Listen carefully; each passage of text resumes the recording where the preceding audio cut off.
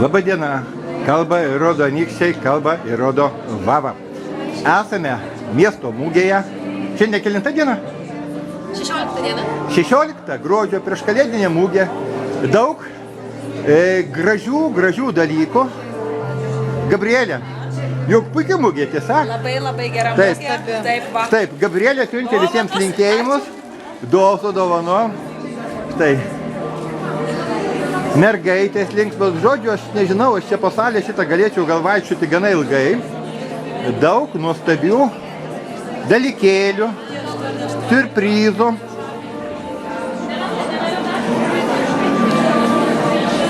Siurprizų.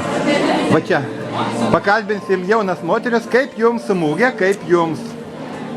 Prašau, be reportažo. Be reportažo, tvarkau, be reportažo, einam toliau. Einam toliau.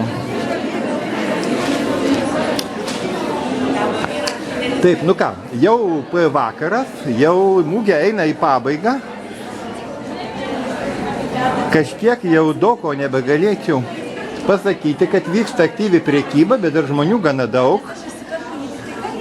Mūgės dalyvių daug.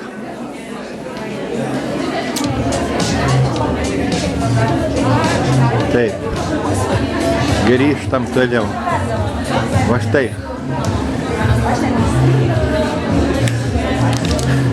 Kuo prekiaujate?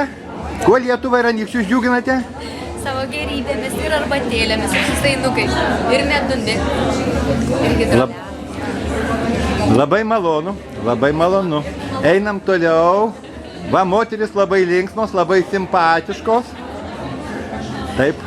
Čia daug gražių žaisliukų, va, matau. Jeigu norit kažkas kalėdinę eglutę puošti, būtinai ieškokite draugystės ir pažinčių su pardavėjomis.